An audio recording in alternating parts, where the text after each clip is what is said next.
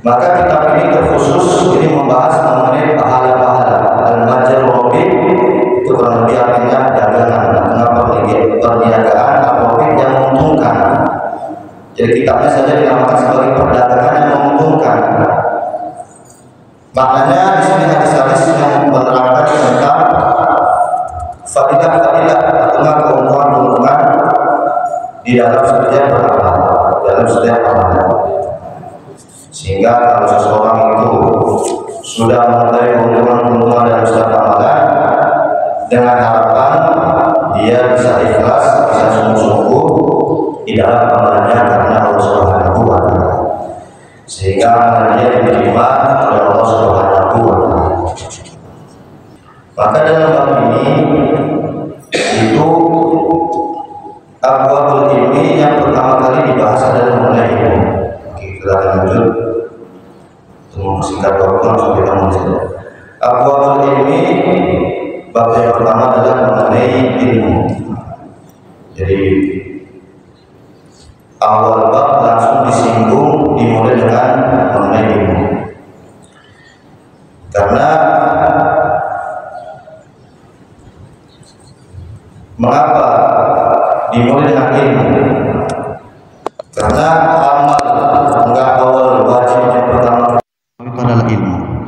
Sehingga kata Imam Asy-Syafi'i berkata, "Ma taqarrabu ila Allah bi syai'in ba'dal faraid afdalu min talabil ilmi." Jadi tidaklah suatu perkara untuk mendekatkan diri kepada Allah Subhanahu wa Ta'ala yang lebih utama daripada selepas amalan-amalan fardu, yaitu daripada menuntut ilmu. Talabul ilmi faridatun ala kulli muslimin. Menuntut ilmu, mempelajari ilmu agama itu faridah, kefarduan atas segala orang-orang Islam. Maka di sini disinggung yang pertama adalah mengenai ilmu. Karena dengan ilmu ini menjadi wasilah, menjadi perantara antara kita dengan Allah Subhanahu wa Ta'ala. Tidak diterimanya amal kita, tidak diberikan pahalanya kita oleh Allah Subhanahu wa Ta'ala, di antar sebabnya di samping harus ikhlas, tapi memang modal awal kita harus tahu ilmunya dulu, tata caranya. Kita sholat kalau mau diterima harus tahu tata caranya. Berwudu bagaimana cara yang benar, sholat begitu juga takbir yang benar bagaimana, sujud yang benar bagaimana, harus tahu ilmunya dulu, baru sehingga selepas itu ikhlas, barulah diterima oleh Allah Subhanahu wa Ta'ala. Sawabul ilmi, pahala mengenai ilmu. Wal ulama'i, dan ulama, wa fadluhum, dan kelebihannya. Qala Allah Ta'ala, syahidallahu annahu la ilaha illahu wal malaikatu ulul ilmi. Telah bersaksi Allah Subhanahu wa Ta'ala bahwasannya dialah adalah Tuhan yang berhak disembah, tiada Tuhan selainnya. Wal malaikatu, dan bersaksi juga para malaikat-malaikatnya. Wa ulul ilmi, dan orang-orang yang menuntut ilmu, atau enggak para ahli ilmu. Jadi para ahli ilmu itu saking tinggi derajatnya disandingkan oleh para malaikat. Allah, kemudian para malaikat, kemudian yang ketiga ahli ilmu, atau enggak orang-orang yang menuntut ilmu. Wa qala ta'ala, Allah Subhanahu wa Ta'ala berfirman lagi, bal huwa ayatun bayyinatun fi suduril ladzina utul ilm, yaitu kurang lebihnya ayat atau enggak ilmu ini, Al-Quran adalah berupa sebuah bayinah, penerang, fi suduril ladzina utul ilmi, yaitu yang berada di dada-dadanya orang yang menuntut ilmu, atau enggak di dada-dadanya para ahli ilmu.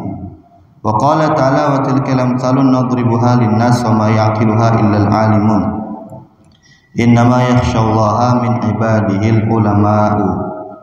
Hanya saja yang takut kepada Allah dari hamba-hambanya adalah orang-orang yang memiliki ilmu. Yarfa'illahu alladhina amanu minkum walladhina utul ilma darajat. Qul hal yastawil ladzina ya'lamuna wal ladzina la ya'lamun innama yatadhakkaru ulul albab. Allah Subhanahu wa taala akan mengangkat alladzina amanu, orang-orang yang beriman, minkum dari kalian, wal ladzina utul ilma, dan orang-orang yang menuntut ilmu, darajatin, yaitu derajat-derajat di dalam agama. Jadi kurang lebih di dalam agama ini ada 4 derajat. Jadi ada 4 perkara yang menjadikan kita ini dinaikkan derajatnya oleh Allah Subhanahu wa taala. Yang pertama, derajat sebab iman. Jadi orang semakin tinggi imannya, semakin tinggi derajatnya. Kemudian yang kedua, derajat sebab amal. Semakin banyak dia beramal, semakin tinggi juga derajatnya. Yang ketiga, derajat sebab cinta. Cinta pun juga memiliki derajat. Di samping amal, di samping iman, kita pun juga harus cinta kepada iman dan amal itu sendiri juga, sehingga kita pun mendapatkan derajat atau enggak dinaikkan derajat oleh Allah Subhanahu wa taala. Dan yang terakhir, derajat sebab ilmu. Derajat sebab menuntut ilmu. Itu pun juga menyebabkan kita dinaikkan derajatnya oleh Allah Subhanahu wa taala. Sehingga tidak heran ada hadis yang menerangkan, yaitu kurang lebihnya mafhumnya, kita menuntut ilmu 1 bab saja itu lebih utama daripada sholat sunnah 1000 rakaat. Jadi menuntut ilmu itu lebih baik daripada sholat sunnah 1 rakaat. Itu baru 1 bab, apalagi beberapa bab di dalam bab-bab ilmu. Wa an Muawiyah radhiyallahu anhu qala Rasulullah sallallahu alaihi wasallam, dari Sayyidina Muawiyah radhiyallahu anhu qala, ia berkata, qala Rasulullah sallallahu alaihi wasallam, Rasulullah sallallahu alaihi wasallam bersabda, man yuridillahu bihi khairan yufaqihu fid din, barang siapa yang Allah kehendaki untuknya kebaikan, yufaqihu fid din, maka Allah Subhanahu wa taala akan pahamkan dia tentang agama. Jadi kata para ulama, khairan di sini menggunakan tanwin yang kurang lebihnya makna itu mengagungkan, memberikan kesan mengagungkan atau enggak memuliakan. Sehingga makna aslinya, barang siapa yang Allah Subhanahu wa taala kehendaki kepadanya kebaikan besar, kebaikan yang agung, kebaikan yang banyak, yufaqihu fid din, maka Allah Subhanahu wa taala akan pahamkan dia mengenai agama. Jadi di sini Allah mengatakan,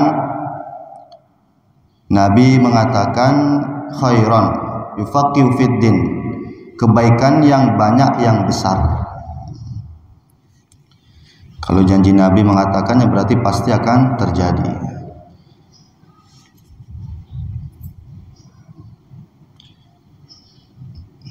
Kita bayangkan saja, ketika seseorang itu menuntut ilmu, mempelajari ilmu, menghadiri kajian-kajian, menghadiri majelis-majelis ilmu.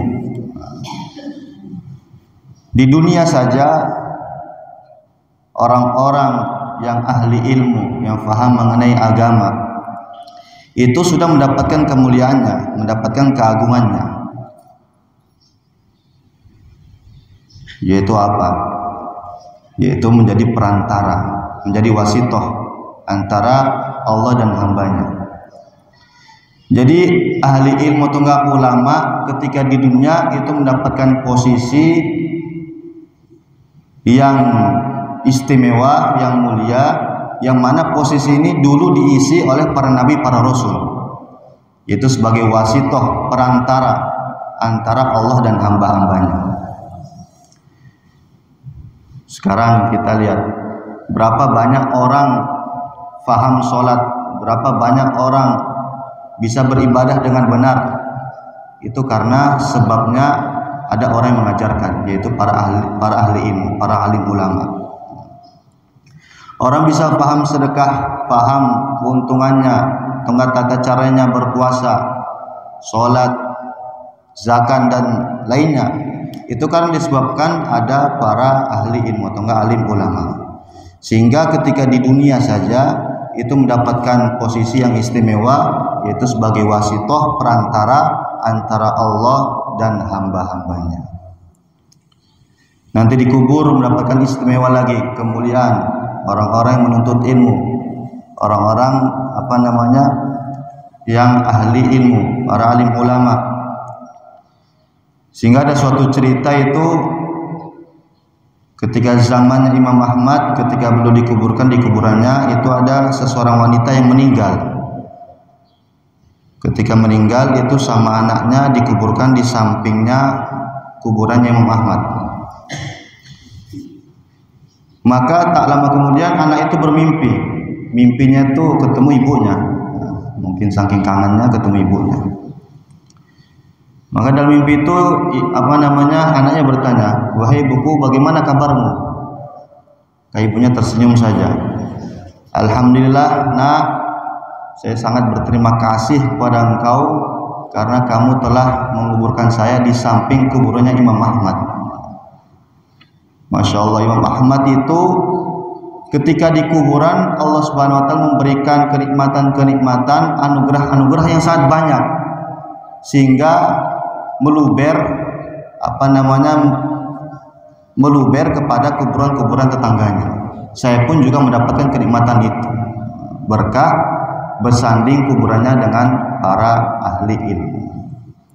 Lah bagaimana ahli ilmu itu sendiri? Kelebihannya sungguh sangat besar. Maka tidak sampai di situ, nanti ketika di akhirat pun para ulama itu ketika Allah Subhanahu wa taala berfirman kepada hamba-hambanya yang ahli ibadah, "Udkhulul jannah," kalian semua masuk ke dalam surga.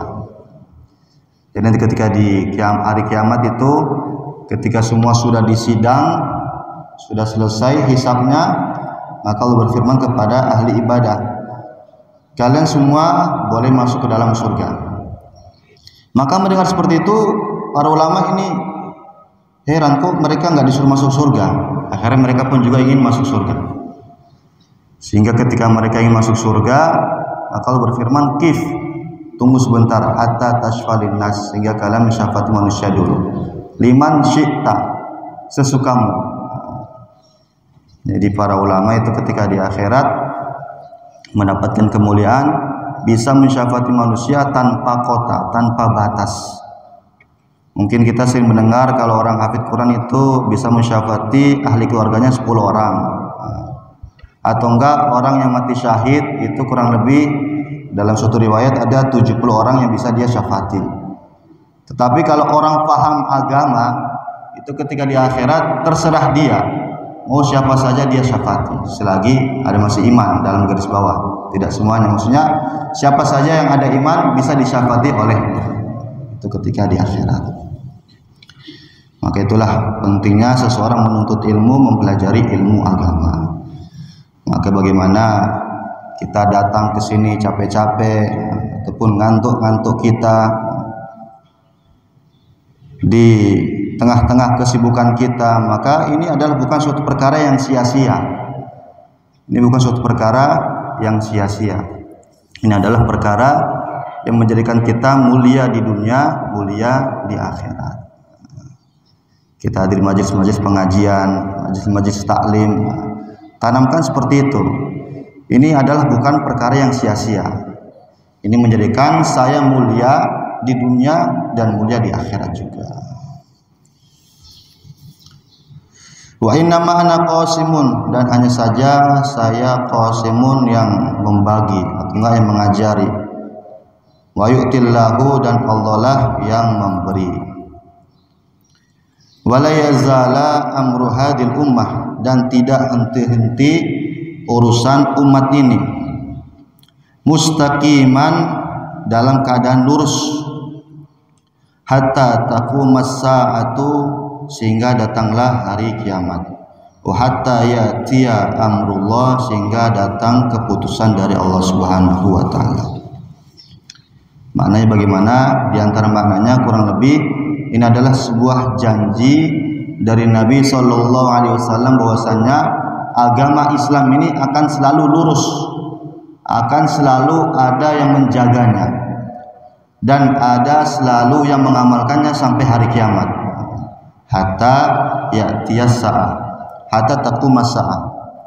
Jadi agama Islam ini bagaimanapun bentuknya, ini akan selalu berkembang, akan selalu lurus, akan selalu ada hamba-hamba Allah yang mengamalkannya sampai hari kiamat.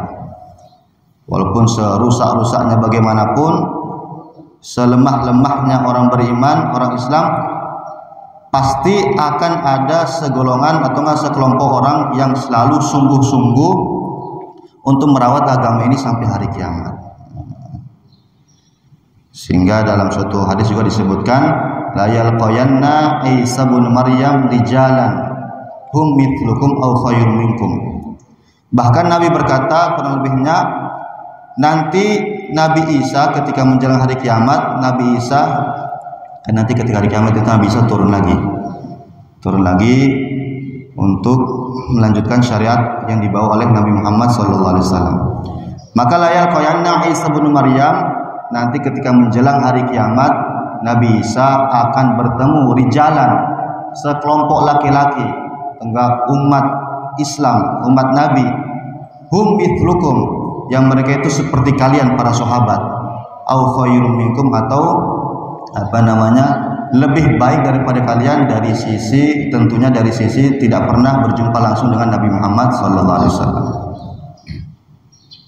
Jadi maknanya nanti menjelang hari kiamat pun ada golongan, ada sekelompok umat Islam ini yang tegak lurus, yang selalu membela kebenaran, sehingga mereka pun disabdakan oleh Nabi, hum mithlukum, seperti para sahabat, au khairum minkum, atau bahkan lebih baik daripada sahabat, yang tentunya dari sisi tidak pernah berjumpa langsung dengan yang mulia Nabi Muhammad Sallallahu Alaihi Wasallam. Maka seperti itulah agama Islam. Yang perlu kita khawatirkan bagaimana bukan agamanya tetapi diri kita. Agama Islam ini akan selalu berkembang, akan selalu jaya. Tapi yang kita pikirkan ini diri kita. Kita ini dipilih oleh Allah Subhanahu wa taala atau tidak untuk mengamalkan Islam ini. Itu harus kita pikirkan. Kita tidak perlu pusing-pusing Islam ini bagaimana, enggak perlu. Yang perlu kita pikirkan ini diri kita dulu. Islam ini diri kita ini dipilih enggak untuk mengamalkan Islam? Maka perlu kita nangis di malam hari, berdoa sama Allah. Rawahul Bukhari wa Muslimun wa Tabarani illa annahu qala sami'tu Rasulullah sallallahu alaihi wasallam yaqul ya ayuhan nas, wahai manusia, innamal ilmu bitta'allum, hanya saja ilmu itu bisa didapatkan karena belajar, wal fiqhu bittafaqquh, dan fikih kefahaman mengenai agama itu didapatkan dengan cara bittafaqquh, berusaha memahaminya. Amma yuridillahu bi khairan yufaqihu fid din, siapa yang dikehendaki oleh Allah kebaikan yang besar, maka dia akan difahamkan olehnya, yaitu agama. Wa innama yakhsyallaha min ibadihil ulama, dan dari hamba-hamba Allah yang paling takut kepada Allah adalah para alim ulama. Kurang lebihnya seperti itu. Jadi intinya bagaimana diri kita sempatkan diri kita ini selalu menambah ilmu kita, menambah wawasan kita mengenai agama, sehingga dengan sebab itu mutu atau kualitas ibadah kita bertambah, lebih berkualitas. Akun mustafidan kula yaumin ziyadah minal ilmi wasbah fi bukhuril fawaid. Jadi bagaimana jadikan diri kita ini setiap hari harus ada tambah ilmu, harus ada tambah wawasan mengenai agama, sehingga lebih tambahnya ilmu kita lebih menjadikan kualitasnya ibadah kita kepada Allah Subhanahu wa taala. Semoga Allah Subhanahu wa taala selalu memberikan taufik kepada kita sehingga setiap hari kita selalu bisa menambah wawasan kita mengenai ilmu agama. Allahumma amin. Mungkin itu saja yang dapat saya sampaikan. Sudah 5:30 kesiangan nanti. Kurang lebihnya mohon maaf. Akhirul kalam, wassalamualaikum warahmatullahi wabarakatuh.